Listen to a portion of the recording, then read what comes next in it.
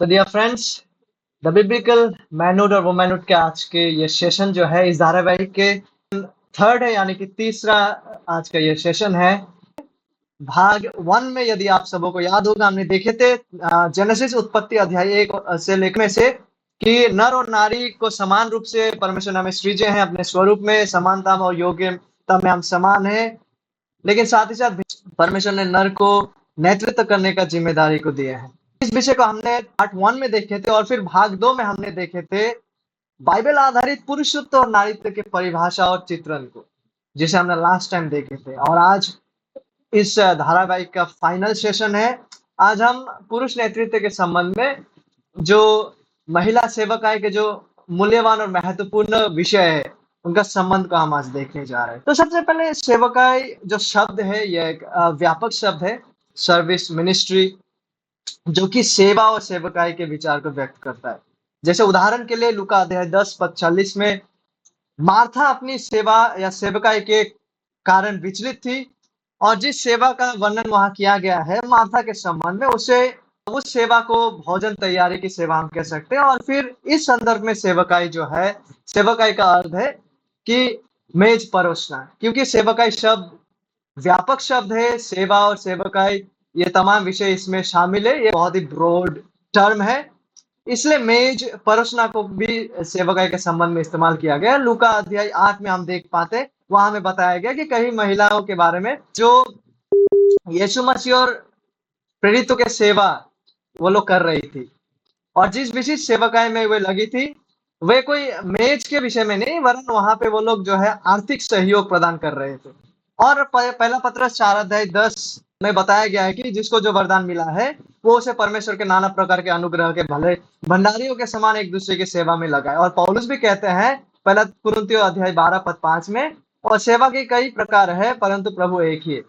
जहां से हमें यह पता चलता है कि ये व्यापक जो अर्थ है सेवकाई का, इस अर्थ में कोई भी मसीह जो कलीसिया के कार्य में सहायता करने के लिए जिस काम को वो कर रहा होता है वही सेवकाई है, इन द ब्रॉड सेंस। ठीक है, सभी सेवकाई जो मूल्यवान है वे सार्वजनिक या आधिकारिक सेवकाई नहीं है।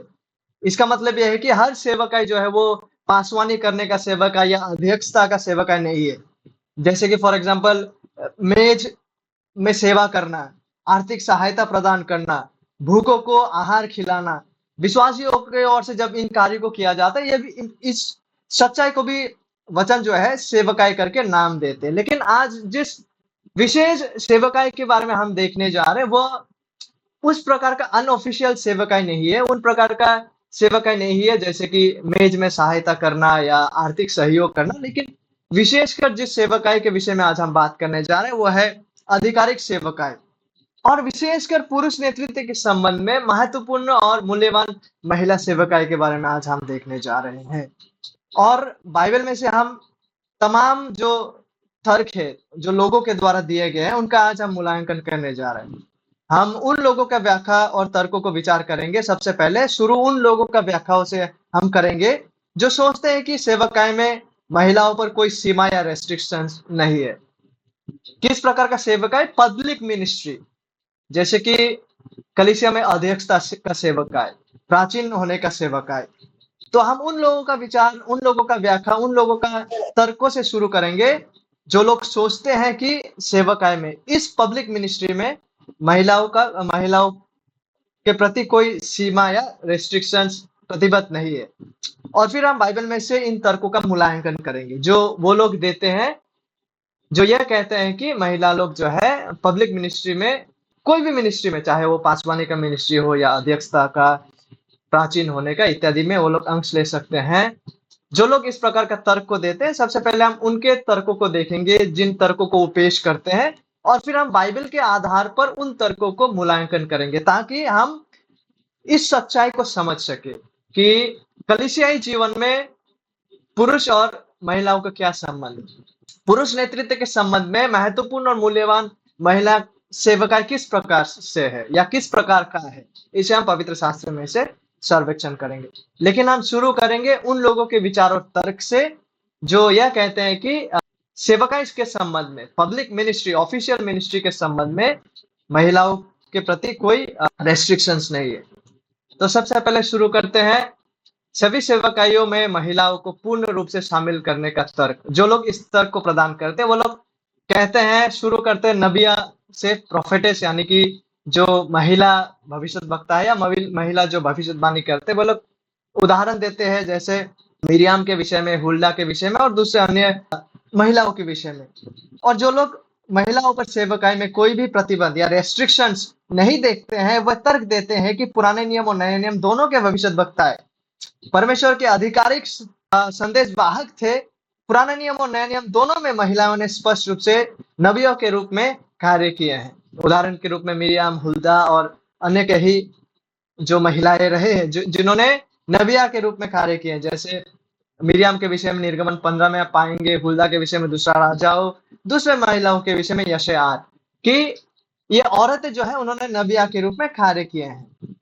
और विशेष रूप से, ठीक है, वे लोग देबोरा के विषय में बात करते हैं। एक बहुत ही महत्वपूर्ण उदाहरण देबोरा बन जाते। इवांजेलिकल जो नारीवादी लोग हैं, वे लोग देबोरा को विशेष रूप से महत्वपूर्ण मानते हैं, क्योंकि वो इजराइल में, यानी कि देबोरा इजराइल में न्यायी के रूप में कार्य करती थी, जिसमें पुरुषों का न्याय करना भी शामिल था। और वो यानी देबोरा बाराक नामक व्यक्ति पर अधिकार रखती थी, जो इजराइल सेना का कमांडर हुआ करता था, बाराक। और यहाँ तक कि न्याय नियम में भी हम देख पाते हैं कि कई सारे महिलाएं थी, जैसा अन्ना, लूका अध्याय 2 में हम देख पाते हैं उनके विषय में, जिन्होंने भविष्यवाणी की। और यहाँ तक कि पतरस भी योएल के भविष्यवाणी का उल्लेख करते हुए वो प्रेरितों का कार्य अध्याय 2 में पतरस कहते हैं कि परमेश्वर कहता है कि अंत के दिनों में ऐसा होगा कि मैं अपने आत्मा सब मनुष्य पर उंडेलूंगा, और तुम्हारे बेटे और तुम्हारी बेटियां भविष्यवाणी करेगी, और तुम्हारे जवान दर्शन देखेंगे, और तुम्हारे पुरनिया सपना देखेंगे। इन बातों को प्रेरितों का कार्य अध्याय 2 में हम देख पाते हैं, यहाँ पे पतरस बेसिकली योएल से कोट कर रहे होते हैं। और हम यानी में ये भी देख पाते कि फिलिपिस के 4 जो पुत्रियां थे, उन लोगों ने भविष्यवाणी का कार्य को किए। प्रेरितों का कार्य अध्याय 21 में, यहाँ तक कि पौलुस भी महिलाओं को उचित एडोनमेंट, उचित प्रकार का सजावट, उचित प्रकार का वस्त्र का सजावट के साथ भविष्यवाणी करने के लिए प्रोत्साहित करते हैं। इस विषय में पहला कोरिन्थियों अध्याय 11:5 में हम देख पाते हैं। इस प्रकार का तर्क को जो है वे लोग देते हैं जो किसी भी प्रकार का रेस्ट्रिक्शन को नहीं देखते हैं सेवकाई के संबंध में महिलाओं को लेकर। और पुराना नियम और नया नियम दोनों से यह निष्कर्ष निकला है, वह लोग कहते हैं कि महिलाएं नबिया के रूप में कार्य करती थी, और उन्होंने इस दान का उपयोग परमेश्वर के लोगों की उन्नति के लिए किए हैं। और इसके अलावा उन लोगों के अनुसार जो लोग महिला को हर सेवकाई कर सकते हैं, इसका समर्थन करते हैं, वे लोग कहते हैं, जो लोग बेसिकली फेमिनिस्ट इगैलिटेरियंस होते हैं, उन लोगों के अनुसार जो महिलाओं के सेवकाई पर कोई सीमा या रेस्ट्रिक्शंस नहीं होने का तर्क देते हैं, वे भविष्यवाणी को परमेश्वर के वचन की एक आधिकारिक घोषणा के रूप में परिभाषित करता है। इस प्रकार यदि महिलाएं भविष्यवाणी कर सकती है, वे लोग कहते हैं, तो वे कोई भी सेवकाई को कर सकती है। उनका तर्क है कि भविष्यवाणी उतनी ही महत्वपूर्ण और उतनी ही आधिकारिक है जितना कि शिक्षा प्रदान करना। यदि महिलाएं नबिया के रूप में कार्य कर सकती है, वे लोग कहते हैं, तो ऐसा प्रतीत होता है कि वे आज शिक्षक के रूप में, टीचिंग मिनिस्ट्री में, यानी पब्लिक जो टीचिंग है चर्च के कांग्रीगेशन के बीच में भी कार्य कर सकती है, क्योंकि भविष्यवाणी शिक्षण के समान ही आधिकारिक होते हैं। यह उन लोगों का तर्क है, विशेषकर भविष्यवाणी को लेकर महिलाओं के संबंध में। केवल इतना ही नहीं, वे लोग ये भी कहते हैं महिला शिक्षक और आत्मिक दान को लेकर।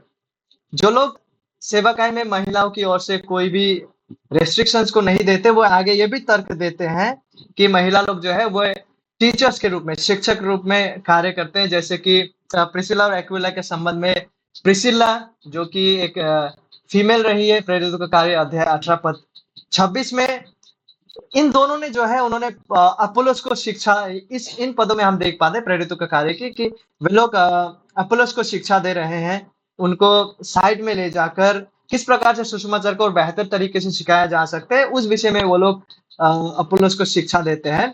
और इस अंश को देखते हुए वे लोग कहते हैं कि जब प्रिसिला और एक्विला अपोलोस को शिक्षा दे रहे हैं, उनको इस प्रकार से अपोलोस को किस प्रकार से बेहतर से प्रचार करना है उसके बारे में बता रहे हैं, तो क्योंकि यहाँ पे प्रिसिला का नाम मौजूद है, क्योंकि यहाँ पे प्रिसिला का नाम को पहले लिया गया है, इसका मतलब ये ठहरता है उन लोगों के अनुसार जो लोग हर सेवका में महिलाओं को इंक्लूजन के बारे में समर्थन करते हैं, कोई भी रेस्ट्रिक्शंस के बारे में वो लोग समर्थन नहीं करते हैं। वे लोग कहते हैं क्योंकि प्रिसिला का नाम को यहाँ पहला मेंशन किया गया है, इसीलिए प्राथमिक शिक्षक टीचर जो है वो ये लेडी, ये फीमेल, ये वुमेन रहे हैं जिनका नाम प्रिसिला है। और वह कहते हैं कि प्रिसिला के इस प्रकार का सेवकाई केवल एक टाइम का कार्य नहीं था, क्योंकि रोमी अध्याय 16 पद 3 में भी पौलुस प्रिसिला और एक्विला को ग्रीटिंग्स भेजते हैं, और पौलुस उन लोगों को जो है अपना सहकर्मी कहते हैं, जहां से ये प्रतीत होता है कि वे लोग पौलुस के साथ सुसमाचार के सेवकाई में शामिल थे। और महिलाओं के पक्ष में तर्क आत्मिक दानों से भी दिया गया है। महिला शिक्षकों के पक्ष में जो तर्क है वो आत्मिक दानों से भी दिया गया है। वे लोग कहते हैं कि क्योंकि शिक्षा देना एक आत्मिक दान है, और कोई भी ऐसा इंडिकेशन नहीं है जिन बातों को आप देख पाते हैं शिक्षा के विषय में, आत्मिक दान के विषय में, पहला कुरिन्थियों अध्याय 12, इफिसियों 4, रोमियो 12 में वे लोग कहते हैं कि क्योंकि शिक्षा देना आत्मिक दान है, और कहीं भी ऐसा इंडिकेशन नहीं है, कहीं भी ऐसा संकेत नहीं है कि महिलाओं को ये दान नहीं दिए गए हैं।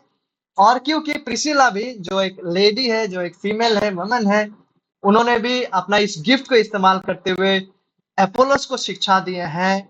और तीतुस अध्याय 2 में भी पौलुस महिलाओं को शिक्षा देने के विषय में बात करते हैं, महिला शिक्षक के विषय में बात करते हैं। अतः जो लोग महिलाओं का सेवकाई में किसी प्रकार का रेस्ट्रिक्शन ना होने के विषय में बात करते हैं, वो लोग कहते हैं कि यहाँ से ये स्थापित होते हैं कि महिला शिक्षक हुआ करते हैं। क्यों? क्योंकि बाइबल में प्रिसिला को हम देख पाते हैं, क्योंकि आत्मिक दान महिलाओं के प्रति भी समान रूप से दिया गया है। इन बातों को वो लोग कहते हुए कहते हैं कि इसमें इसलिए महिला लोग शिक्षक भी रहे हैं और शिक्षक भी हो सकते हैं, और साथ ही साथ वे लोग प्रचार कर सकते हैं कलीसिया के कॉन्टेक्स्ट में। और जैसे पहला तीमुथियुस अध्याय 2 पद 11 से 14 में जिन बातों को लिखा गया है उनके विषय में वो लोग ऐसा कहते हैं। किसके विषय में? यहाँ मैं पढ़ना चाहूंगा, स्त्री को चुपचाप पूरे अधीनता से सीखना चाहिए, पहला तीमुथियुस में जिन बातों को लिखा गया है। मैं कहता हूँ कि स्त्री ना उपदेश करे और ना पुरुष पर आज्ञा चलाए, परंतु चुपचाप रहे, क्योंकि आदम पहले, उसके बाद हवा बनाई गई, और फिर और आदम बहकाया ना गया, पर स्त्री बहकाने में आकर अपराधी हुई। उसके बाद पहला कुरिन्थियों अध्याय 14 पद 34 में स्त्रियां कलीसिया की सभा में चुप रहे, क्योंकि उन्हें बात करने की आज्ञा नहीं, परंतु अधीन रहने की आज्ञा है, जैसा व्यवस्था में लिखा भी है। तो इस प्रकार का पदों को देखते हुए जो लोग महिला शिक्षक, महिला प्रचारक का समर्थन करते हुए लोग इस प्रकार का पदों को देखते हुए वे लोग कहते हैं कि पहला तीमुथियुस में जिन बातों को लिखा गया है वहां पे महिलाओं को शिक्षा देने से रोकने के लिए नहीं बोला गया, लेकिन जो महिला लोग झूठा शिक्षा देते थे उस झूठा शिक्षकों को रोकने के लिए इन बातों को किया गया, ऐसे वे लोग तर्क देते हैं। और यहाँ तो जो महिला लोग अशिक्षित थे उन महिला लोगों को शिक्षा देने से यहाँ पे रोका जा रहा है, वे लोग ऐसा तर्क देते हैं। हालांकि यहाँ पे पहला तीमुथियुस अध्याय 2 में जब आप पढ़ेंगे देखिएगा यहाँ पे इस प्रकार से चुपचाप रहने, अधीनता में रहने और प्रचार उपदेश ना देने का कारण को जब बताया जाता है, तो यहाँ पे परमेश्वर पवित्र आत्मा से प्रेरित पौलुस कहते हैं, पौलुस ऐसा नहीं कहते हैं कि क्योंकि कुछ महिलाएं अनएजुकेटेड है इसलिए उनसे शिक्षा प्राप्त ना करो, क्योंकि कुछ महिलाएं फॉल्स टीचिंग्स कर रहे हैं इसलिए उनको चुपचाप रहने के लिए बात किया गया। नहीं, एक्चुअली यहाँ पे पौलुस उस प्रकार से बात नहीं कहते, वरन वो कहते हैं क्योंकि आदम पहले, उसके बाद हवा बनाई गई। वो सृष्टि के क्रम में जाते हैं और उसी क्रम के बेसिस में वो कहते हैं कि महिलाओं को अधीनता से सीखना चाहिए और उपदेश नहीं करना चाहिए। हालांकि इस विषय में हम आगे और भी देखेंगे। अभी हम लोग किन विषयों को देख रहे हैं? हम लोग उन लोगों का तर्क को देख रहे हैं जो लोग महिलाओं को सेवकाई में किसी भी प्रकार का रेस्ट्रिक्शंस से जो लोग खारिज करते हैं या किसी भी प्रकार का रेस्ट्रिक्शंस को नहीं देखते हैं। और पहला कुरिन्थियों अध्याय 14 के बारे में वो लोग कहते हैं कि उस समय में ये स्थानीय कलीसिया में कोई समस्या था, उसी समस्या को समाधान करने के लिए बातें कहा गया है। या फिर वो लोग ये भी कहते हैं कि यहाँ में से कुछ अंश जो है पहला कुरिन्थियों 14 का कुछ अंश ओरिजिनल टेक्स्ट में मौजूद नहीं था, बाद में किसी स्क्राइब्स ने इन बातों को यहाँ डाले।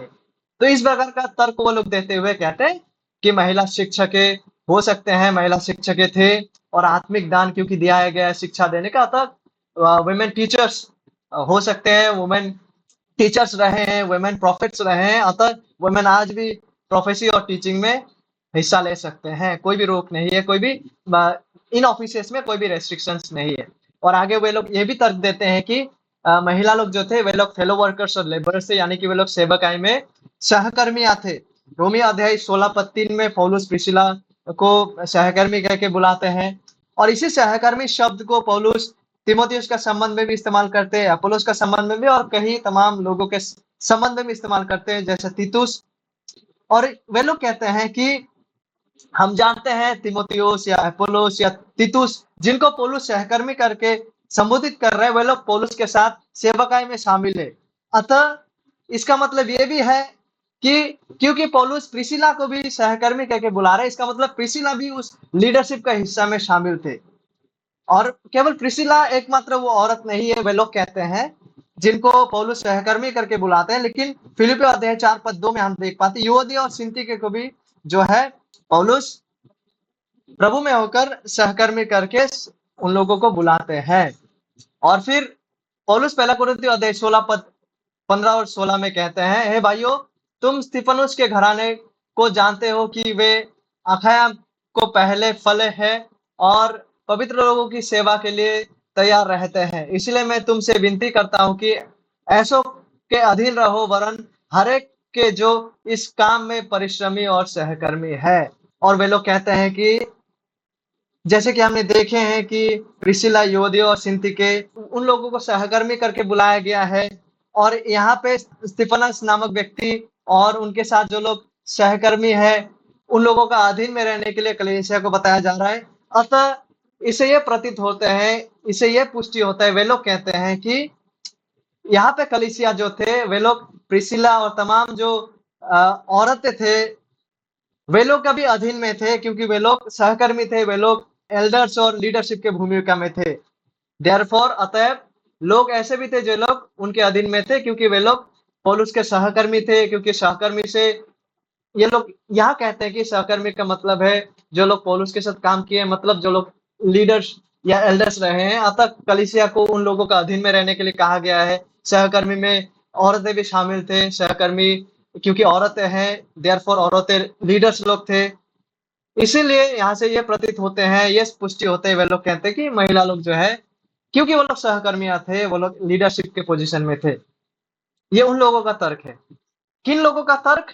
जो लोग सेवकाई में महिलाओं के प्रति किसी भी प्रकार का कोई भी रेस्ट्रिक्शंस को नहीं देखते हैं। और वो लोग वुमेन डीकन्स, महिला सेविका, और वुमेन एल्डर्स, महिला अध्यक्षों के बारे में भी बात करते हैं। वो लोग ये तर्क देते हैं कि महिला लोग जो है ऑफिशियल पोजीशन में भी रहे हैं, जैसे कि डीकन्स का पोजीशन, एल्डर्स का पोजीशन में। और वो लोग कहते हैं कि पुरुष सेवक यानी पुरुष डीकन्स, जिनके बारे में पहला तीमुथियुस अध्याय 3 और योग्यता के विषय में बताया गया है, पुरुष डीकन्स की योग्यता के बारे में, उसी तरह महिला डीकनस के नियुक्ति के लिए भी योग्यता को यहाँ पे दिया गया है, पहला तीमुथियुस अध्याय 3 पद 11 में। इसी प्रकार से स्त्रियों को भी गंभीर होना चाहिए, यानी कि ये स्त्री जो है, क्योंकि यहाँ पे डीकन्स के योग्यता के बारे में बताया गया, तो ये स्त्री जो है वो डीकनेस की योग्यता के बारे में यहाँ पे उल्लेख किया गया है।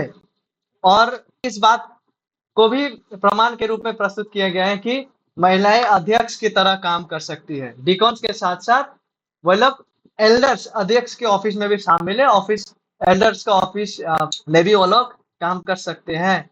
वे लोग हवाला देते दूसरा यूहन्ना के पत्रिका, जहाँ पे चुनी हुई महिला के विषय में बताया गया, चुनी हुई महिला को संबोधित किया गया। वे लोग कहते हैं कि चुनी हुई महिला, जिसके बारे में दूसरा यूहन्ना के पत्री में बात किया गया है, एक ऐसी महिला यहाँ पे संदर्भित करती है जिसके पास अपने बच्चों पर अधिकार था। ऐसा अधिकार प्राचीन के पद के समान है। वे लोग कहते हैं कि ये चुनी हुई महिला, जिस चुनी हुई महिला के बारे में यहाँ बात किया गया है, क्योंकि उनके अधिकार उनके बच्चों के प्रति है, तो ये इस प्रकार का अधिकार जो है वो प्राचीन का होते हैं। अतः महिला लोग जो है वो डिकन्स के रूप में और एल्डर्स के रूप में काम कर सकते हैं, काम किए थे और आज भी काम कर सकते हैं। वे लोग इस तर्क को देते हैं।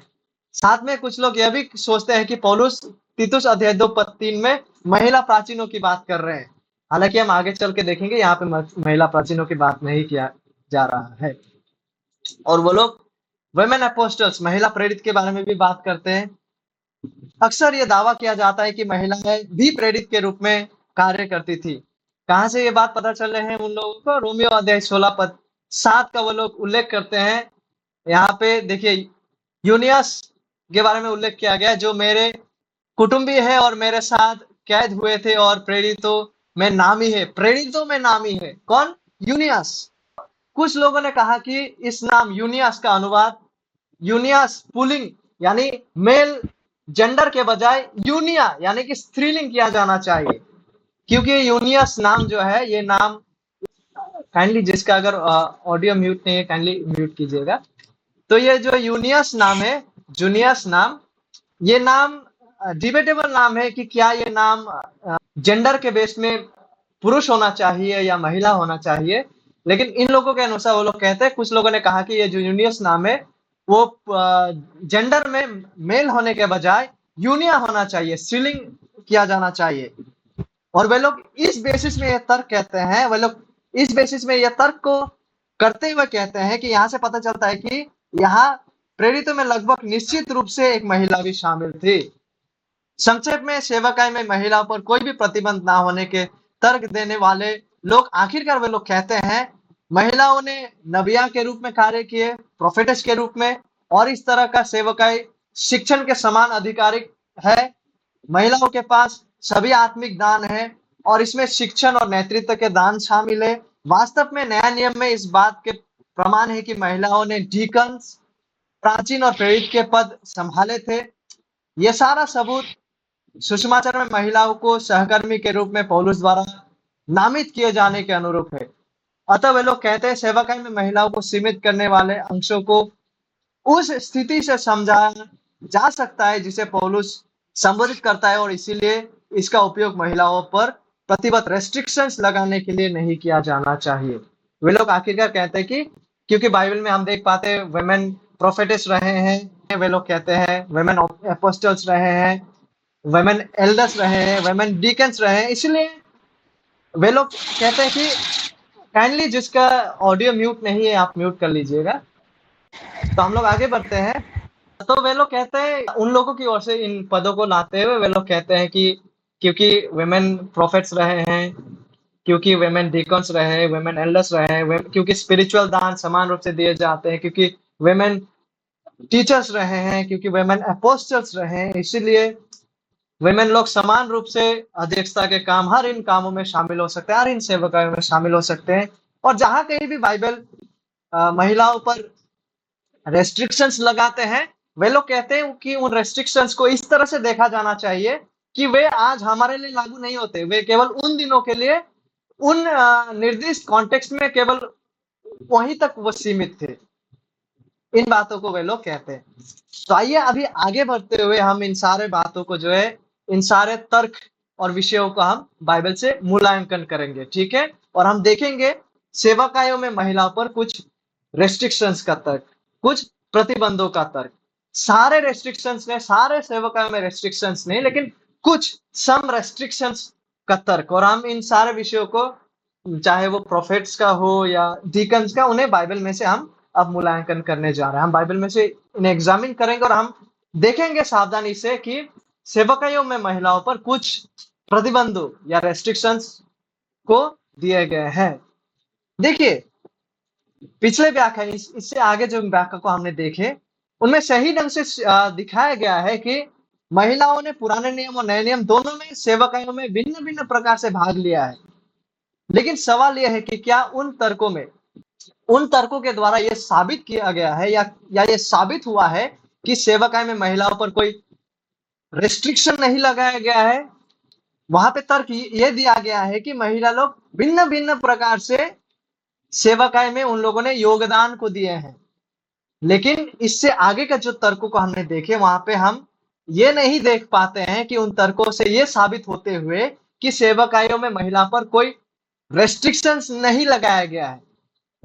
बाइबल से यह पुष्टि पवित्र शास्त्र में महिलाओं ने भिन्न भिन्न सेवकाई में भाग लिया, लेकिन उनकी सेवकाई एक पूरक, एक कॉम्प्लीमेंट्री और सहायक सेवकाई थी। एक ऐसी सेवकाई जिसने कलीसिया में पुरुष नेतृत्व को बढ़ावा दिया और संरक्षित किया। प्लीज इस विषय पर ध्यान दीजिएगा, ठीक है। पवित्र शास्त्र में महिलाओं ने भिन्न भिन्न प्रकार के सेवकाई में भाग लिया, लेकिन उनकी सेवकाई एक कॉम्प्लीमेंट्री और सहायक सेवकाई थी।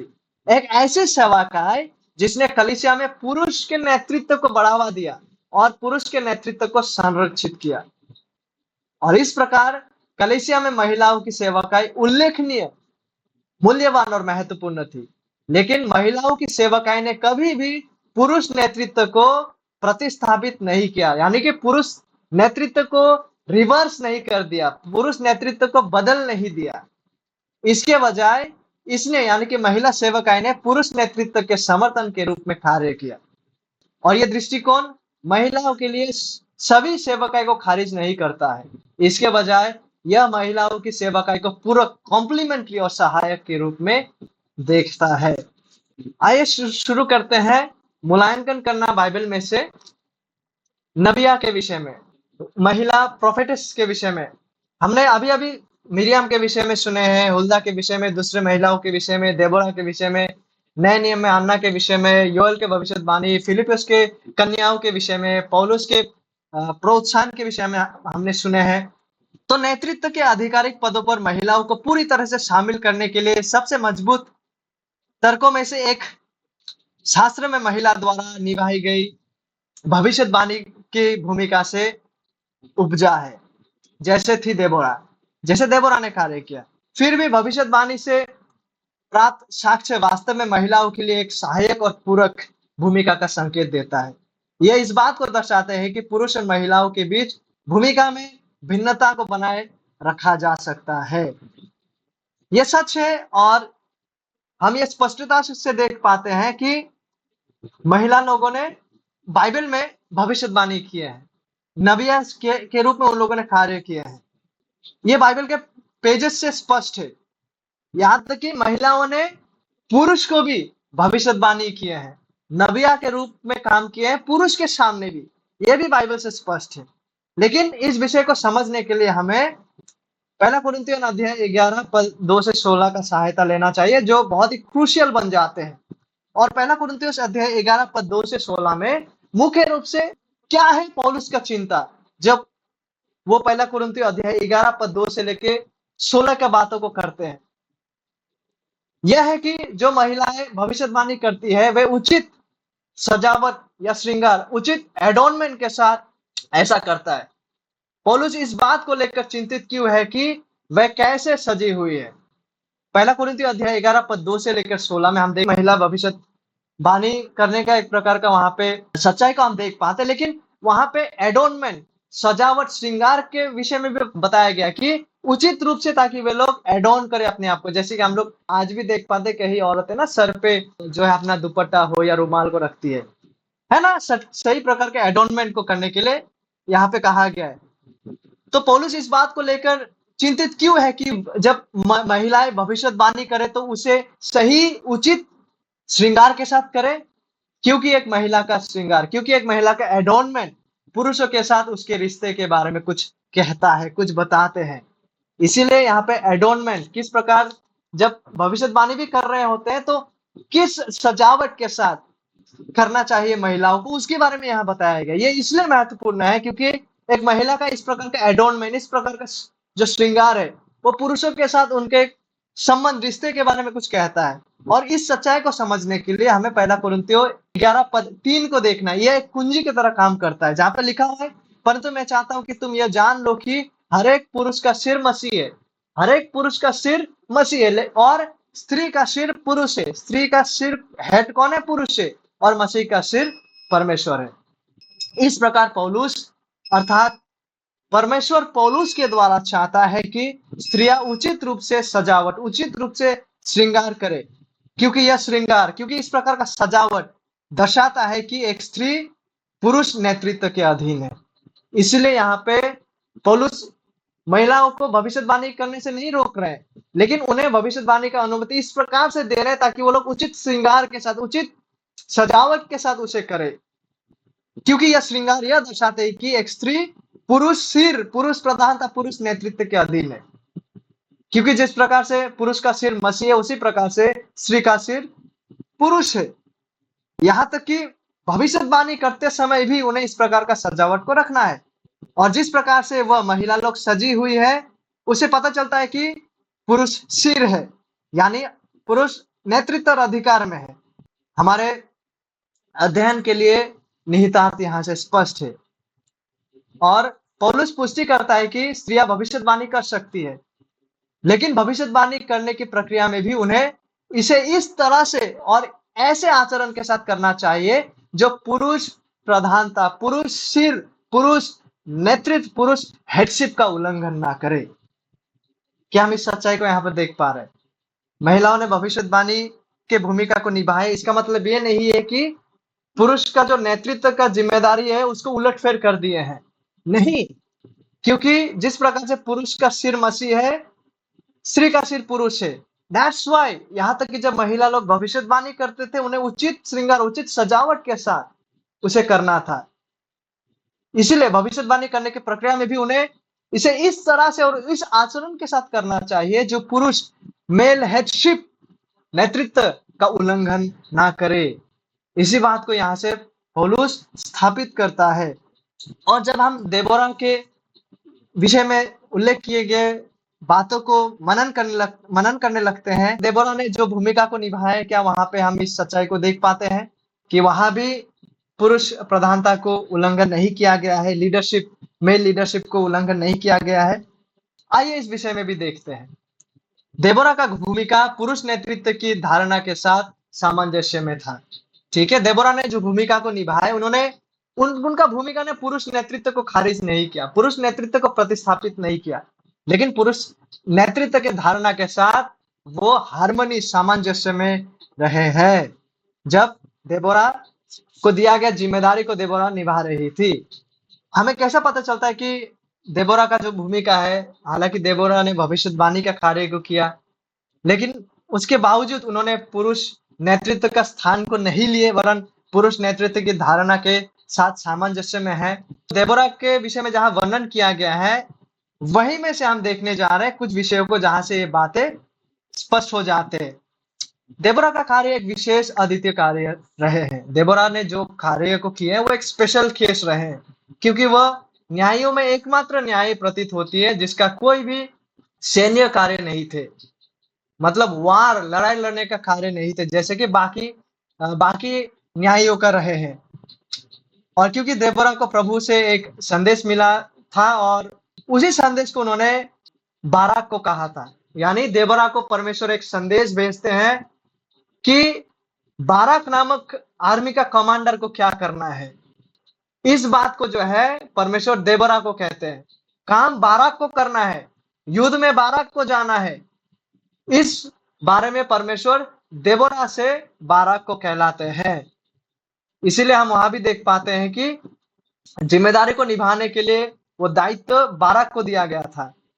और दूसरा महत्वपूर्ण विषय, इसमें बाराक को फटकार लगाई गई है क्योंकि वो देबोरा के बिना युद्ध में जाने को तैयार नहीं है। यहाँ पे हम पुरुष के व्यर्थता को देख पाते हैं। न्यायों अध्याय 4:8 में बाराक ने उससे कहा, जब बाराक से कहा गया कि यहोवा क्या चाहते हैं, जब देबोरा ने जो बात यहोवा ने बाराक से कहने को कहा, जब उन बातों को देबोरा बाराक से कहने लगे, तो बाराक ने उससे कहा, यदि तू मेरे संग चलती तो मैं जाऊंगा, नहीं तो नहीं जाऊंगा। और बाराक के अनिच्छा के कारण उस दिन महिमा एक महिला को मिली बजाय पुरुष के। लेकिन ध्यान दीजिएगा कि महिमा जिस महिला को मिली वो महिला देबोरा नहीं थी, वरन न्यायियों अध्याय 4:17 के अनुसार वो महिला थी जेल। दूसरे शब्दों में देबोरा ने परमेश्वर का वचन उन्होंने अवश्य बोला, उन्होंने भविष्यवाणी की बाराक के सम्मुख, लेकिन उसका रवैया और आचरण ऐसा था कि वह अपने नेतृत्व का दावा नहीं कर रही थी। देबोरा अपने नेतृत्व का दावा वो नहीं कर रही थी, वरन परमेश्वर बाराक को जाने को कहता है, लेकिन बाराक देखिए किस प्रकार से वो रेस्पॉन्ड कर रहे हैं। यहाँ पे हम बाराक का नेतृत्व का नाकामी को देख पाते हैं। इसलिए देबोरा ने परमेश्वर का वचन को बोला, परमेश्वर जो बताने को कहे देबोरा ने वो कहे, लेकिन देबोरा का रवैया और आचरण ऐसा था कि वो अपने नेतृत्व का दावा नहीं कर रही थी। इसके बजाय उसने अन्य सभी न्यायों के पैटर्न के विपरीत नेतृत्व को एक पुरुष को सौंप दिया। उन्होंने बाराक को कहा, बाराक को सौंप दिया नेतृत्व। हालांकि दूसरे, जब हम न्यायियों के विषय में देखते हैं, न्यायियों का इस पुस्तक में तो आप देख पाएंगे दूसरे न्यायी लोग जो थे चाहे वो सैमसन हो, गिडियन हो, उन लोगों ने जिम्मेदारी अपने ऊपर लिए, नेतृत्व को खुद किए। लेकिन यहाँ पे हम देख पा रहे कि देबोरा नेतृत्व को अपने ऊपर नहीं लिए, वरन उन्होंने एक पुरुष को सौंप दिए हैं।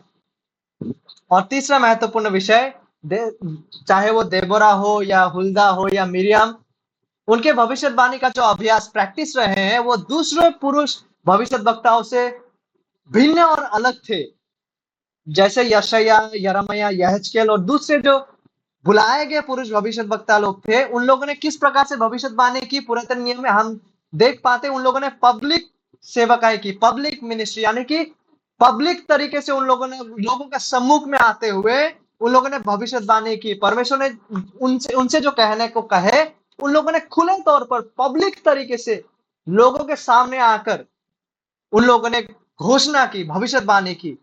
लेकिन कृपया गौर कीजिएगा कि देबोरा ने पब्लिक तरीके से भविष्यवाणी का कार्य को नहीं किया, पब्लिक मिनिस्ट्री वो नहीं था, वरन देबोरा ने व्यक्तिगत रीति से अपने पास बुलाते हुए उन्होंने भविष्यवाणी को बोलते थे। न्यायों अध्याय 4 पद 4 और 5 में उस समय लपिदोत की स्त्री देबोरा जो नबिया थी, इजरायलियों का न्याय करती थी, वो एप्रेस के पहाड़ी देश में रामा और बेतल के बीच में दबोरा के खजूर के तले बैठा करती थी और इजरायली उसके पास न्याय के लिए जाया करते थे। ये एक प्राइवेट तरीके से देबोरा जो है भविष्यवाणी के कार्यों को करते थे, जहां की दूसरे भविष्यद्वक्ताओं को जब आप देखेंगे वो लोग पब्लिक तरीके से घोषणा करते हैं लोगों के बीच में। It was public ministry, public declaration. Virus आप यहां देख पाएंगे ये प्राइवेट तरीके से, व्यक्तिगत रीति से लोग उनके पास आते थे। यहां तक कि इवन जब वो बाराक के साथ बात करते, इवन जब वो बाराक जो आर्मी का कमांडर रहे, उनसे परमेश्वर ने जो बोलने को कहे, उससे जो जब बाराक को कह रहे हैं, वो भी पब्लिक तरीके से नहीं, व्यक्तिगत रीति से। न्यायो अध्याय 4 पद 6, उसने अभिनोम के पुत्र बाराक को केदेश नप्ताली में से बुलाकर कहा। देखिए वो प्राइवेटली, व्यक्तिगत रीति से बुलाकर वो कह रहे हैं। तो हम देख पा रहे हैं किस प्रकार से भविष्यवाणी करने का सेवकाई में भी हम भिन्नता को देख पाते हैं, जहां पे दूसरे पुरुष बुलाए गए भविष्यद्वक्ता लोग पब्लिक मिनिस्ट्री से जुड़े थे, और जहां पे देबोरा भविष्यवाणी तो की थी लेकिन वो पब्लिक मिनिस्ट्री नहीं था।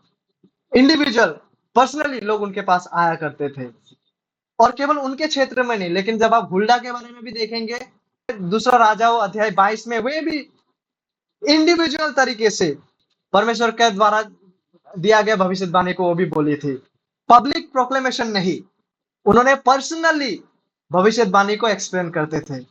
और यहाँ तक कि मिरियम भी, मिरियम के बारे में, मिरियम नबिया, उनके बारे में भी जब आप देखते हैं, आप देख पाएंगे कि निर्गमन अध्याय 15-20 में मिरियम औरतों के बीच में, महिलाओं के बीच में वो भविष्यवाणी को करती थी। लिखा हुआ है, तब हारून की बहन मरियम नाम नबिया ने हाथ में डफ लिया और सब स्त्रियां डफ लिए नाचती हुई उसके पीछे होली। तो अब क्या आप देख पा रहे, वो वेमेन के बीच में भविष्यवाणी के कार्य, वेमेन के बीच में मिनिस्ट्री में जुड़ी हुई थी। ऑल्सो भविष्यवाणी का जो कार्य है, भविष्यवाणी जब नबिया या भविष्यद्वक्ता लोग करते थे, ये भविष्यवाणी का जो कार्य है ये टीचिंग का कार्य से भिन्न है माय डियर फ्रेंड्स। जैसे कि वे लोग तर्क दिए थे, जो लोग कोई भी रेस्ट्रिक्शंस को नहीं देखते, वो लोग क्या तर्क दिए थे हमने देखे थे ना। वे लोग कहते हैं कि भविष्यवाणी और टीचिंग समान है, क्योंकि महिला लोग भविष्यवाणी किया करते थे, इसलिए आज वो टीचिंग में भी समान रूप से जुड़ सकते हैं। बिकॉज भविष्यवाणी और टीचिंग समान है, वो भी अधिकारी के, इसलिए आज भी वो लोग टीचिंग में जो है पब्लिक टीचिंग में जुड़े रह सकते हैं। लेकिन एक गौर करने वाला भिन्नता को हम देख पाते हैं भविष्यवाणी के कार्य में और टीचिंग के कार्य में। और वो भिन्नता क्या है कि भविष्यवाणी क्या है? भविष्यवाणी का मतलब परमेश्वर डायरेक्टली भविष्यद्वक्ता नबिया से कुछ कह रहे हैं, दर्शन के द्वारा कुछ दिखा रहे हैं, कुछ बोलने को कह रहा है, डायरेक्ट रेवलेशन। और परमेश्वर से जो मिला दर्शन है उसी को डायरेक्टली नबिया भविष्यद्वक्ता जो है आगे बोलते हैं। लेकिन टीचिंग का कारण, टीचिंग का जो कार्य है वो डिफरेंट है। किस तरह से डिफरेंट है? टीचिंग में हमें कोई डायरेक्ट रेवलेशन नहीं मिलते हैं। टीचिंग में जो लिखा हुआ वचन है, जो स्थापित किया गया व्यवस्था है, वहां से सिखाया जाता है। टीचिंग में ऑलरेडी रिसीव्ड रेवलेशन जो रिटन फॉर्म में है, उसी को लोगों को, उसी को बच्चों को ड्यूटरोनॉमी में हमें याद है ना, अपने चौखट में हर जगह में लिख के रखना, बच्चों को सिखाया करना। तो वचन का शिक्षण को जो ऑलरेडी रिवील्ड हो चुका है, टीचिंग में कोई डायरेक्ट रेवल्यूशन हमें नहीं मिल रहा है जैसे कि भविष्यवाणी में मिलते हैं। टीचिंग इस तरह से भिन्न है भविष्यवाणी से।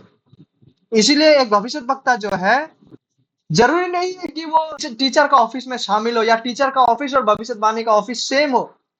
और गौर करने वाला विषय यह है कि भविष्यवक्ता लोग जो है डायरेक्टली परमेश्वर का प्रकाशन को पुरातन नियम में लोगों को साझा करता था, लेकिन शिक्षा प्राप्त करने के लिए पुरातन नियम में लोग याजकों के पास जाया करते थे, प्रीस्ट्स के पास जाया करते थे माय डियर फ्रेंड्स, क्योंकि वो लोग प्रीस्ट थे, वो लोग याजक थे, जो लोग शास्त्र के आधार पे आधिकारिक शिक्षा लोगों को दिया करते थे। हारून का वंशज के, लेवियों का वंशज के वे लोग थे, the priests. It was their duty, primary responsibility to teach from the Torah. मूसा की पुस्तक में से, व्यवस्था की पुस्तक में से शिक्षा प्रदान करना। इन बातों को हम व्यवस्था विवरण अध्याय 21, मालाकी अध्याय 2 इत्यादि में देख पाते हैं। तो इस प्रकार से क्या हम देखें कि भविष्य जरूरी नहीं है कि कोई भविष्यवाणी करते हैं तो वो शिक्षक ही हो, कोई भविष्यवाणी करते हैं कि वो अध्यक्ष ही हो। और जब हम देबोरा के विषय में भी देखते, जब हम मरियम के विषय में भी देखते, जब हम हुल्दा के विषय में भी देखते, तो हम इन तमाम कारणों को देख पाते हैं कि किस प्रकार से उनका जिम्मेदारी जो थे, उन्होंने यस ऑफ कोर्स भविष्यवाणी का कार्य को किए, लेकिन किस प्रकार से ये भूमिका भिन्न थे दूसरे पुरुष भविष्यवक्ताओं के संबंध में, और किस प्रकार से इन प्रिय महिलाओं का जो भविष्यवाणी करने का कार्य है, उन्होंने पुरुष नेतृत्व को खारिज नहीं किया, वरन पुरुष नेतृत्व की धारणा में वे लोग हार्मनी, सामंजस्य में थे, सामंजस्य में रहे। तो आइए आगे बढ़ते हैं और वुमेन टीचर्स और स्पिरिचुअल गिफ्ट्स के बारे में देखते हैं। जैसे कि हमने कुछ क्षण पहले भी देखे थे ना कि वे लोग तर्क देते हैं, जो लोग कोई भी रेस्ट्रिक्शंस को नहीं देखते, वो लोग तर्क देते हैं कि प्रिसिला ने अपोलोस को सिखाया है, प्रिसिला प्राथमिक शिक्षक रहे हैं, इत्यादि इन तमाम बातों को उन लोग कहते हैं। इसलिए आज भी महिलाएं शिक्षक के रूप में काम कर सकते हैं। शिक्षक इन द सेंस जो कलीसिया का सभाएं है, local church gathering and congregation. और वो लोग ये भी तर्क दिए हैं क्योंकि महिलाओं के पास आत्मिक दान, शिक्षा देने का दान भी होते हैं, अतः वे लोग लीडरशिप और टीचिंग का जो ऑफिस है वहां काम कर सकते हैं। अच्छा, तो इनके रेस्पॉन्स में बाइबल से इन बातों को स्पष्टता में लाना चाहूंगा। सबसे पहले जब हम प्रिसिला और एक्विला के बारे में बात करते हैं, प्रेरितों का कार्य अध्याय 18 के बारे में जब हम बात करते हैं, तो प्रेरितों के काम की पुस्तक से यह बताना मुश्किल है कि प्रिसिला ने अपोलोस को किस हद तक सिखाया। सबसे पहले ठीक है, वी डोंट नो उन्होंने किस हद तक सिखाया, क्योंकि प्रिसिला और एक्विला दोनों का नाम यहाँ लिया गया है, और इस पाठ पर बहुत अधिक आधार बनाना जोखिम से भरा हुआ है, क्योंकि यह कहना कि प्रिसिला प्राथमिक शिक्षक थे, इसका मतलब यह है कि ये पद आपसे जो नहीं कह रहा है, ये पद जो इस विषय में साइलेंट है, वहां से आप बढ़ा चढ़ा कर कुछ कह रहे हैं, वहां से आप अनुमान करके अधिक कुछ बातों को कह रहे हैं, क्योंकि यहाँ पे ये पद बिल्कुल साइलेंट है कि कौन प्राथमिक शिक्षक था। यहाँ पे ये पद बिल्कुल साइलेंट है कि जब सिखा भी रहे हैं तो किस हद तक कैसे सिखाया गया, क्योंकि दोनों का नाम यहाँ लिया गया है। इसीलिए ये पद जिस विषय में साइलेंट है और इस पद से जिन बातों को निर्धारित करना कठिन है, वहां से ऐसा अनुमान लगाना, एक आधार बना देना, एक डॉक्ट्रिन की तरह बना देना कि महिला शिक्षक बन सकते हैं, ये बहुत जोखिम से भरा हुआ है। और देखिए, भले ही प्रिसिला ने सारा शिक्षण का कार्य किया हो, देखिए भले हम ये भी मान लें कि प्रिसिला ने सारा जो शिक्षा देने का कार्य है, ठीक है, इंस्ट्रक्शन देने का कार्य है, उन्होंने यहाँ किए हैं, उसके बावजूद प्रिसिला और एक्विला यहाँ पे अपोलोस को पर्सनली, ठीक है, इंडिविजुअली, व्यक्तिगत रीति से समझा रहे हैं, सार्वजनिक रीति से नहीं, पब्लिकली नहीं। इसीलिए पर्सनली किसी को समझाना और पब्लिक कांग्रीगेशन के बीच में ऐसे प्रीचर, ऐसे टीचर कार्य करना, दोनों में भिन्नता है माय डियर फ्रेंड्स। हालांकि यदि हम ये भी मान लें कि प्रिसिला यहाँ पे अधिक बातों को अपोलोस को समझाया, बावजूद इसके यहाँ पे ये जो विषय है वो पर्सनली घट रहे हैं, और इस कार्य से जो कलीसिया में पब्लिक टीचिंग का कार्य है, इन दोनों में भिन्नता है माय डियर फ्रेंड्स।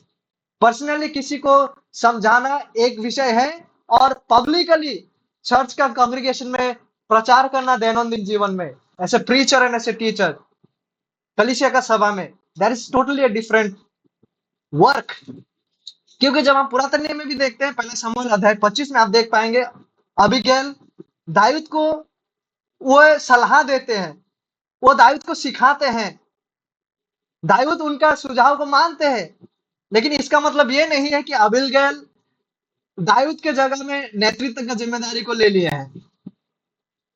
इसीलिए प्रिसिला और एक्विला का उदाहरण से कई बार पवित्र शास्त्र जो बातों को नहीं कहते हैं, पवित्र शास्त्र जिन विषय में साइलेंट है, बहुत अधिक इनमें बातों को जोड़ के जो ये पवित्र शास्त्र अनुमति नहीं देते हैं, उस प्रकार का व्याख्या को बहुत ज्यादा हम देख पाते कि आज के युग में जोड़ा जाते हैं।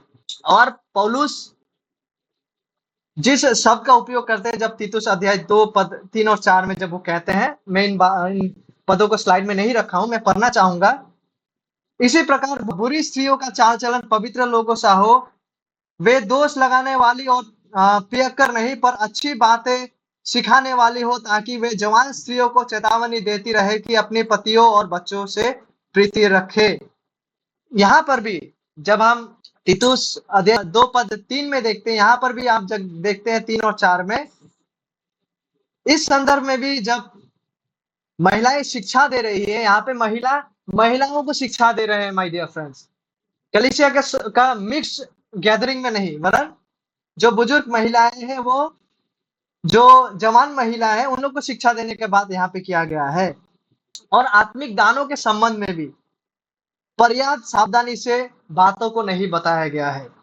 महिलाओं के पास निश्चित रूप से सभी आत्मिक दान मौजूद होते हैं माय डियर फ्रेंड्स, लेकिन क्या इसका मतलब यह है कि उन दानों के प्रयोग के संबंध में कोई रेस्ट्रिक्शंस नहीं है? परमेश्वर उनकी इच्छा के अनुसार दान को देते हैं, और उन दानों को कैसे उपयोग करना है, उसका दिशा निर्देश उनको भी, उन सीमाओं को भी खुद परमेश्वर तय करते हैं।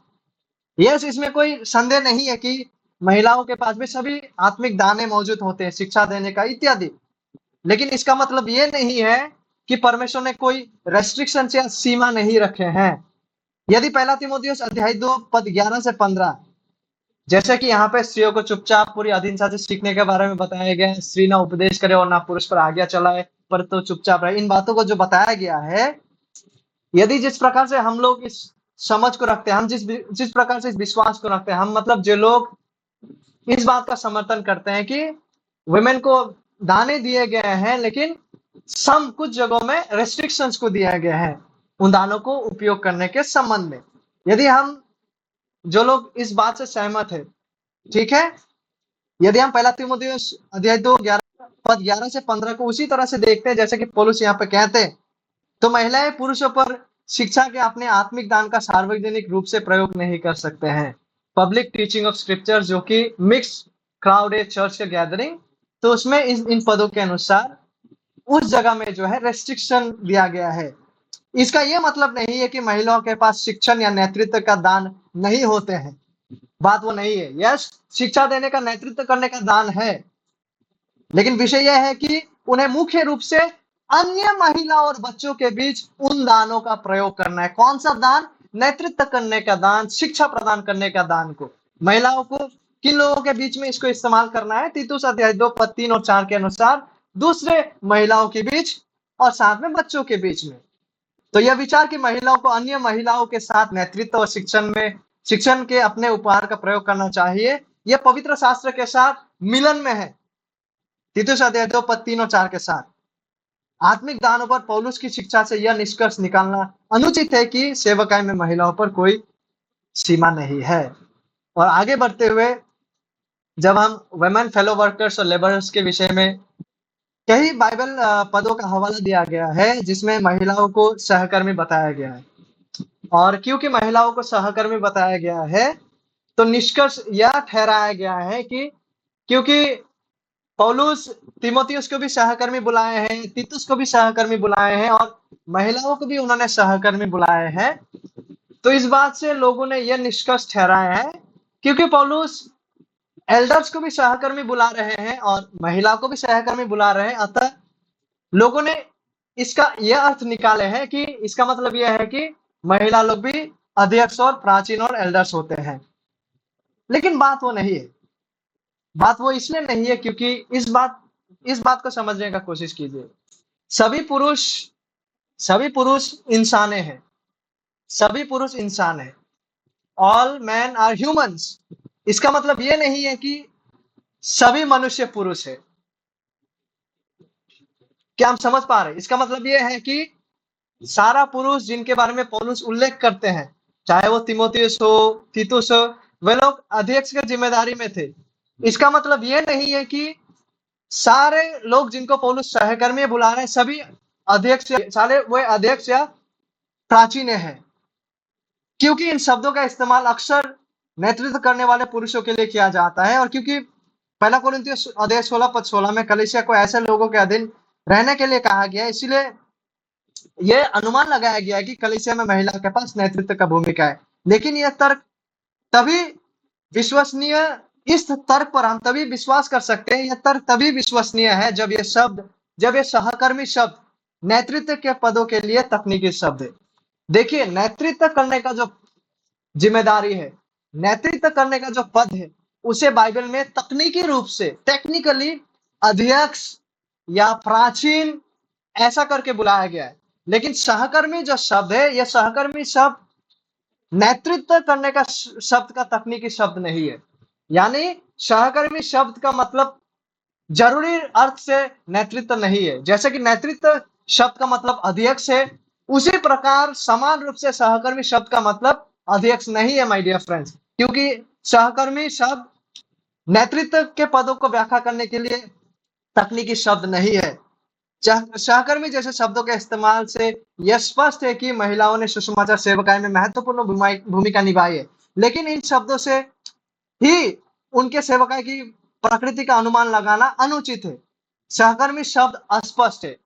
सहकर्मी शब्द डजंट मीन सहकर्मी का मतलब निश्चित रूप से लीडर या एल्डर हो। नहीं, सहकर्मी का मतलब ऐसा भी हो सकता है कि जो लोग पौलुस के साथ सुसमाचार बांटने में आर्थिक रूप से उनका सहायता किए हो, उनके संबंध में भी सहकर्मी इस्तेमाल किया जा सकता है, क्योंकि सहकर्मी शब्द अस्पष्ट है। ये लीडरशिप के लिए कोई तकनीकी शब्द नहीं है। पौलुस के द्वारा दिया गया स्पष्ट शिक्षा, जैसा पहला कुरिन्थियों में हमने देखे, पहला तीमुथियुस अध्याय 2 में, महिलाओं की भूमिका को समझने के लिए मार्गदर्शक होना चाहिए, ना कि इस प्रकार का अस्पष्ट शब्द जैसे कि सहकर्मियां, क्योंकि यह सहकर्मियां शब्द अस्पष्ट है माय डियर फ्रेंड्स। इस शब्द से इक्वल टू लगाकर यह कहना कि इस शब्द का मतलब एल्डर और लीडर से, वो अनुचित है, क्योंकि सहकर्मी शब्द अस्पष्ट शब्द है।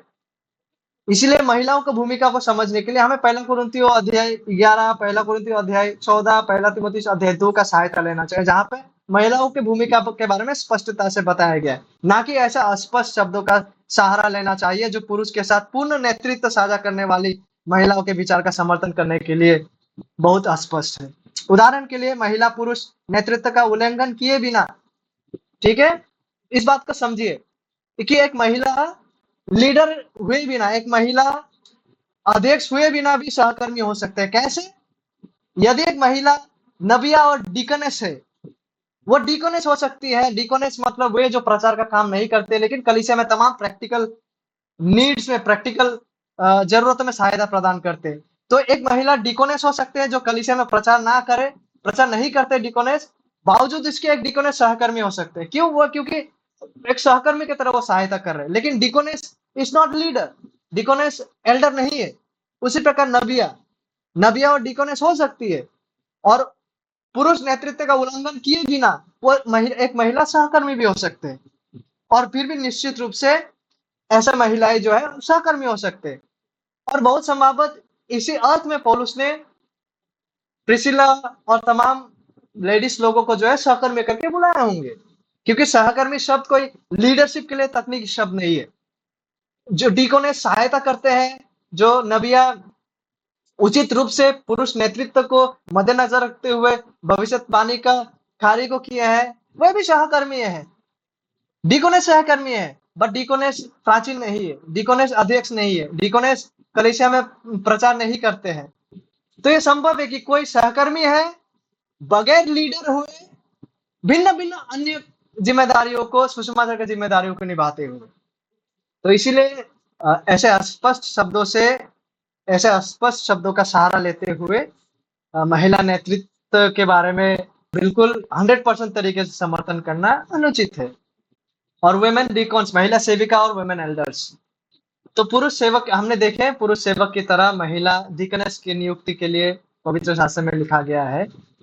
और महिला डिकॉन्स के संबंध में यदि महिलाएं डिकॉन भी होती तो भी वह कलीसिया के पुरुष नेतृत्व के बारे में हमारी शिक्षण का खंडन नहीं करती, क्योंकि डिकॉन्स का जिम्मेदारी क्या है, जैसे मैंने अभी भी कहा है, यदि महिला उन दिनों में डिकॉन्स भी होती तो भी महिला जो है, क्योंकि डिकॉन्स का जिम्मेदारी कलीसिया के तमाम प्रैक्टिकल जो जरूरतें हैं, खाना पाना का जरूरतों का, कोई आर्थिक सहयोग का, तो उन प्रकार का कार्य को जो है डिकॉन्स लोग संभालते थे। और डिकॉन्स और प्रचारक, डिकॉन्स और अध्यक्ष, डिकॉन्स और एल्डर्स के बीच में जो मुख्य भिन्नताएं थे वो ये है कि एल्डर्स लोग जो है वो लोग प्रचार का जिम्मेदारी को निभाते थे, क्योंकि वो लोग शिक्षा देने में निपुण हुआ करते थे, और वो लोग अध्यक्षता का कार्य को, लीडरशिप का कार्य को कलीसिया में निभाते थे। लेकिन डिकॉन्स जो है वे लोग अन्य जो प्रैक्टिकल नीड्स का सहायता है उनको प्रदान करते थे।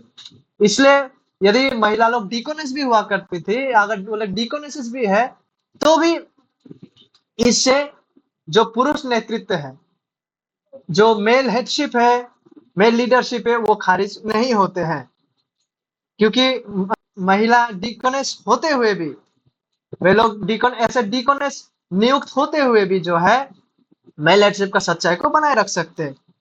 तो अब तक हमने जो देखे हैं वो पुराने नियम के पैटर्न के अनुरूप है। पुराने नियम में महिलाएं कभी कभी नबिया के रूप में कार्य करती थी, लेकिन पुरातन नियम में गौर कीजिएगा, महिलाएं जो है वो लोग प्रीस्ट के रूप में कार्य नहीं करते थे, याजक के रूप में कार्य नहीं करते थे।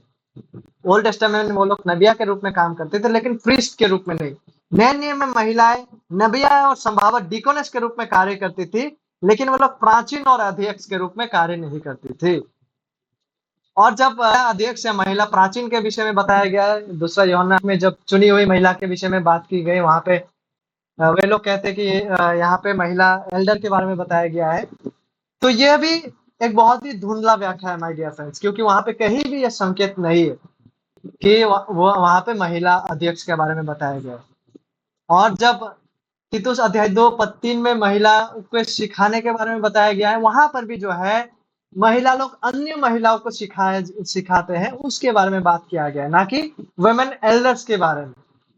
और वुमेन अपोस्टल्स, महिला प्रेरित के विषय में जब हम बात करते हैं, तो जैसे कि कुछ लोगों ने ये सुझाव दिए हैं कि यहाँ पे जो रोमियो अध्याय 16:7 में यूनियास ये एक फीमेल है, और यहाँ पे फीमेल प्रेरित के बारे में बताया गया है। यहाँ पे कुछ कारण हैं जिसके वजह से ये व्याख्या 100% ट्रू नहीं है, ये क्योंकि ये नाम अस्पष्ट है माय डियर फ्रेंड्स।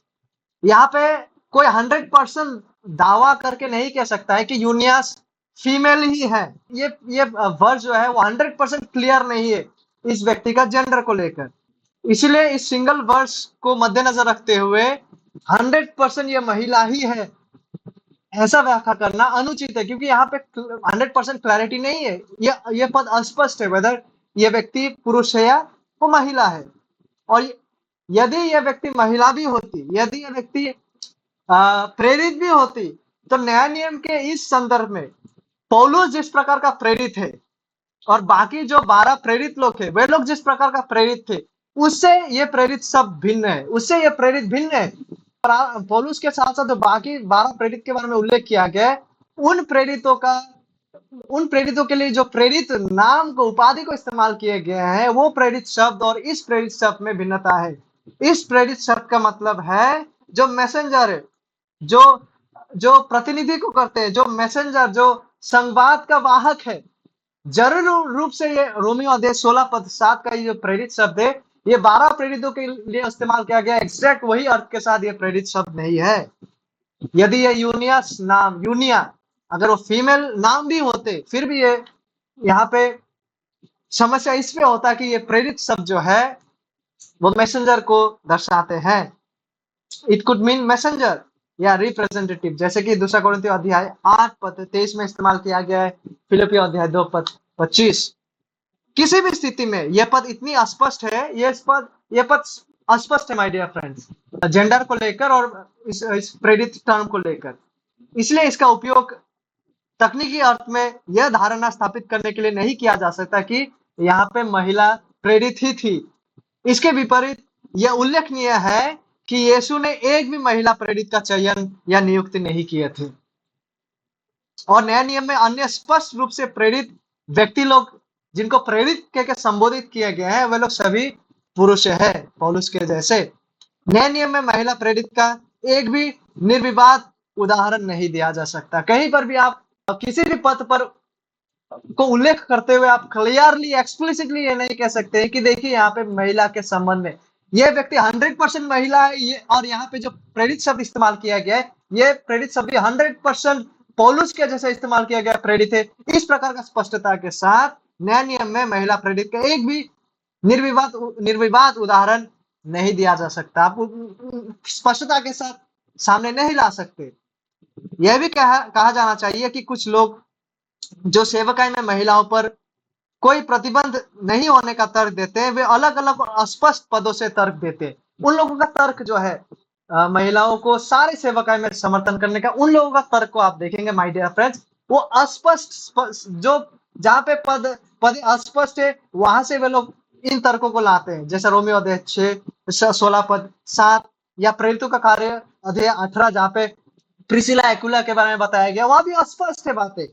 ऐसे ऐसे पदों से वो लोग जो है 100% समर्थन को देने का 100% स्पष्टता के रूप में अपना व्याख्या को सामने लाते हैं, विशेषकर सारे सेवकायों में महिला को शामिल करने का संबंध में। तो दूसरे लोग ये भी कहते थे कि क्योंकि एक महिला के घर में कलीसिया इकट्ठा होते थे, इसलिए उस घर का महिला जो है वही उस कलीसिया का प्राचीन हुआ करते थे। तो इस प्रकार का जो तर्क है,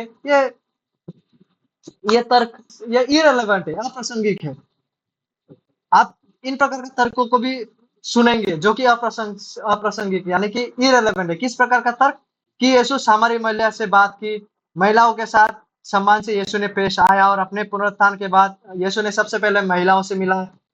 बेशक यीशु ने महिलाओं के साथ सम्मान और आदर के साथ उन्होंने व्यवहार किया और हमें उनके इन उदाहरण से सीखना चाहिए, लेकिन ऐसा उदाहरण कलीसिया में नेतृत्व की भूमिकाओं में महिलाओं पर चर्चा करने के सीधे प्रासंगिक नहीं है। ऐसा पदे स्पष्टता के साथ आपको ये नहीं बताते कि वहां पे वुमेन हेडशिप लीडरशिप के बारे में बात किया जा रहा है। वो बातें इन विषयों को स्पष्टता के साथ नहीं बताते। That's why way passages women headship के बारे में बात करने के लिए इररिलेवेंट है। वुमेन लीडरशिप को स्थापित करने के लिए वे वर्सेस इररिलेवेंट है।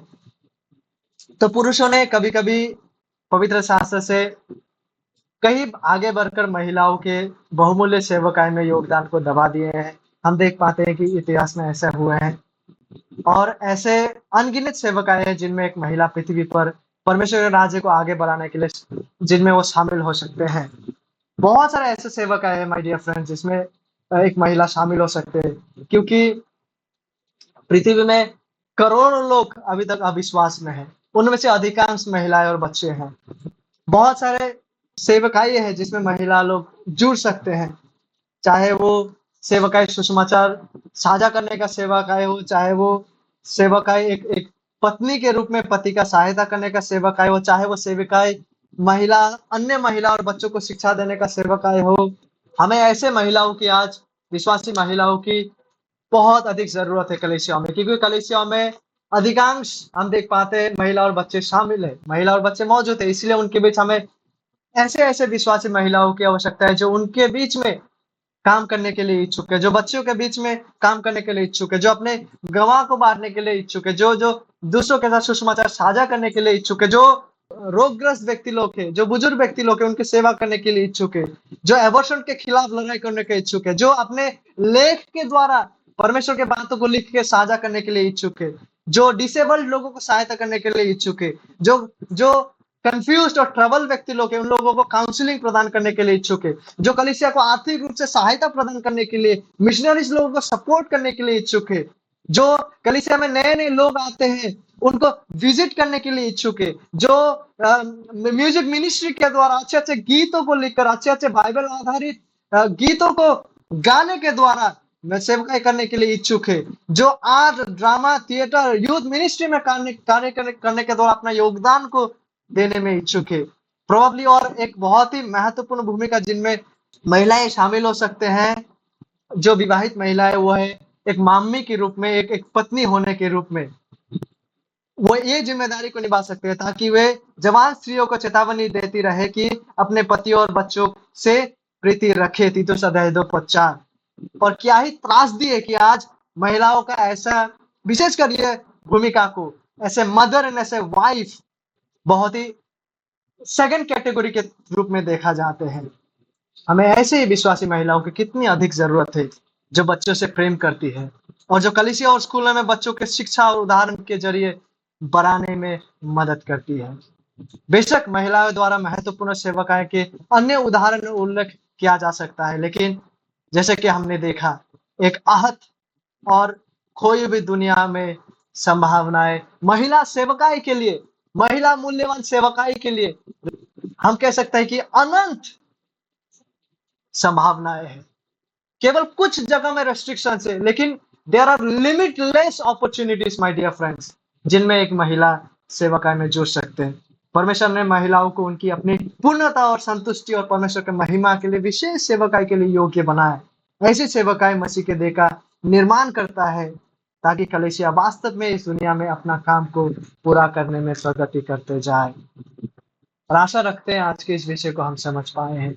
यस, कुछ जगहों में रेस्ट्रिक्शन है, लेकिन हर जगहों में नहीं। हमने देखे हैं कि कितने सारे जगहों में वुमेन इन्वॉल्व हो सकते हैं मिनिस्ट्री में, और भी इतने सारे अनगिनत ऐसे सेवकाएं हैं जिनमें महिला लोग कलीसिया के उन्नति के लिए, कलीसिया को आगे बढ़ाने के लिए अपना हाथ को बटा सकते हैं। तो इसीलिए dear sisters in the Lord, परमेश्वर के द्वारा आपको दिया गया मूल्यवान ये जो सेवकाएं हैं, इन सेवकायों को आप बहुमूल्य जानकर परमेश्वर के राज्य के लिए इन सेवकायों में अपने आप को देने के लिए इच्छुक रहे। कभी भी अपने आप को तुच्छ ना समझे, क्योंकि मुझे कलीसिया में, कांग्रीगेशन में प्रचार करने का जिम्मेदारी नहीं मिला है, क्योंकि मुझे सपोज मैरिड वुमेन माता के रूप में काम करना पड़ रहा है, एक वाइफ के रूप में काम करना पड़ रहा है, ये तो एक सेकेंडरी कार्य है। No my dear friends, no my dear sisters in the Lord, परमेश्वर ने जिस रूप से हमें सृजे हैं, जिस जिम्मेदारियों को हमें दिए हैं, ताकि उसे हम बहुमूल्य जानकर परमेश्वर में आनंदित रहते हुए परमेश्वर को महिमा प्रदान करने के लिए जिम्मेदारियों को हम निभाए। आई होप आज का इस विषय को, पुरुष नेतृत्व के संबंध में बहुमूल्य और महत्वपूर्ण महिला सेवकाई का विषय को हम समझे। परमेश्वर हमें इस विषय में अधिक स्पष्टता प्रदान करें।